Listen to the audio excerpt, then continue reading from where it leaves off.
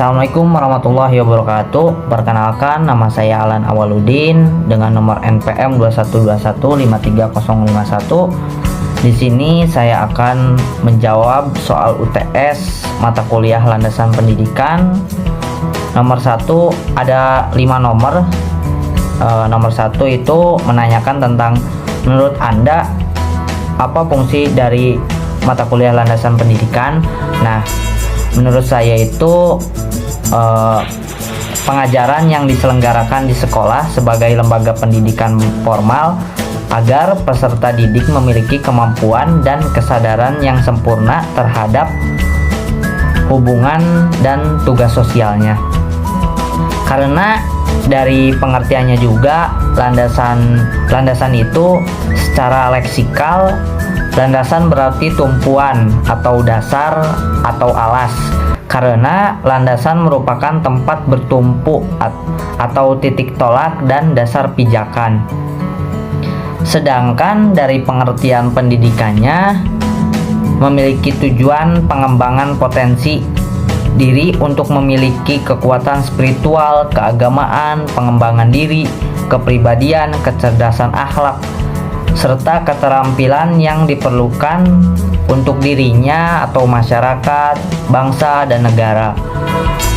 Nah, lanjut ke nomor 2, yaitu pertanyaannya, jelaskan apa hubungannya hakikat manusia dengan pendidikan. Jawaban saya yaitu pendidikan sebagai proses untuk mengubah sikap dan perilaku manusia. Manusia memiliki kesadaran dan penyadaran diri yang mampu membedakan dirinya dengan segala sesuatu yang ada di luar dirinya. Manusia perlu mendidik karena manusia sebagai makhluk yang disebut animal educable. Manusia yang berinteraksi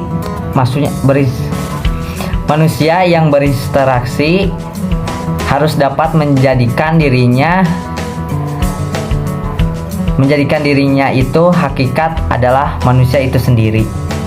Nah, lanjut ke nomor 3, yaitu pertanyaannya cukup panjang.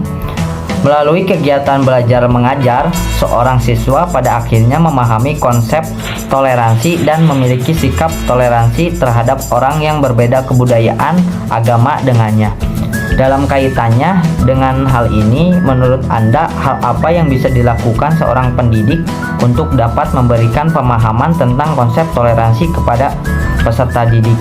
Sebenarnya ini tuh intinya bagaimana kita sebagai seorang pendidik dapat memberikan pemahaman tentang konsep toleransi kepada peserta didik.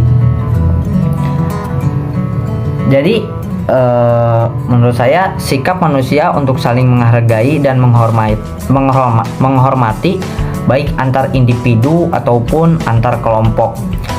Sebenarnya ini tuh sangat gampang ditemuin di Indonesia, karena di Indonesia sikap toleransinya itu sangat dijunjung tinggi, bahkan hingga masuk ke dalam hukum negara. Karena hal itu karena Indonesia memiliki beragam agama, banyak agama di Indonesia, suku dan budaya, sehingga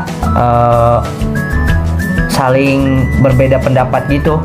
Jadi kita itu harus saling menghargai dan menghormati, baik untuk individu ataupun untuk kelompok. Lanjut ke nomor 4, bagaimana cara memahami karakteristik peserta didik berdasarkan keadaan psikologisnya? Jelaskan beserta contoh.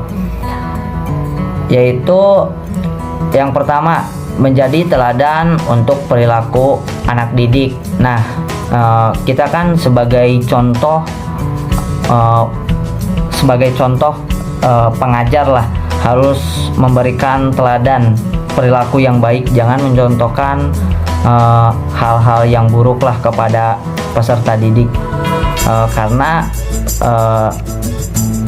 peserta didik takutnya mencontoh perilaku kita. Terus senantiasa mengevaluasi diri.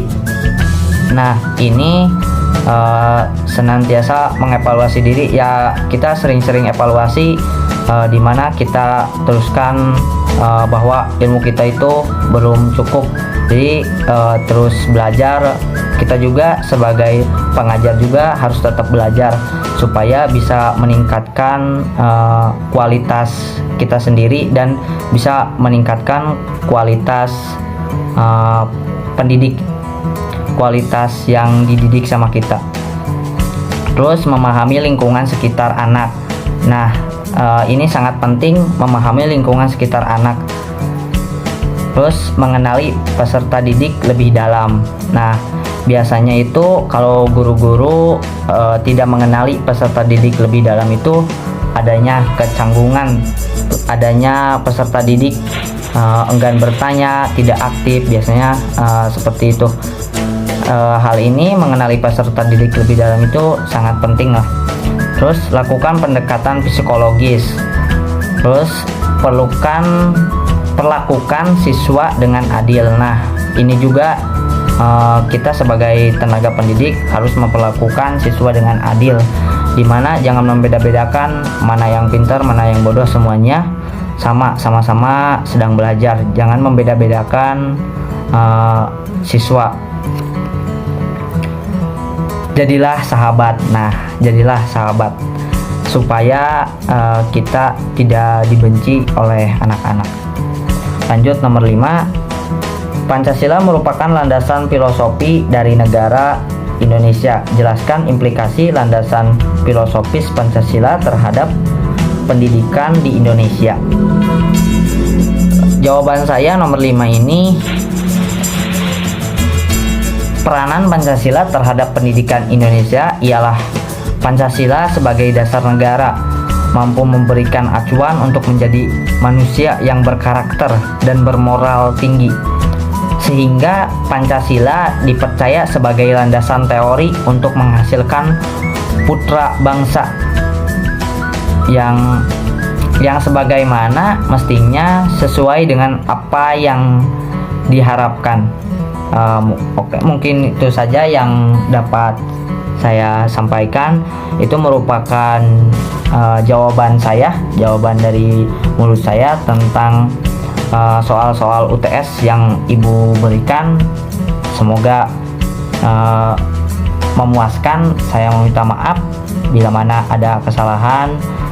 Saya izin pamit. Wassalamualaikum warahmatullahi wabarakatuh.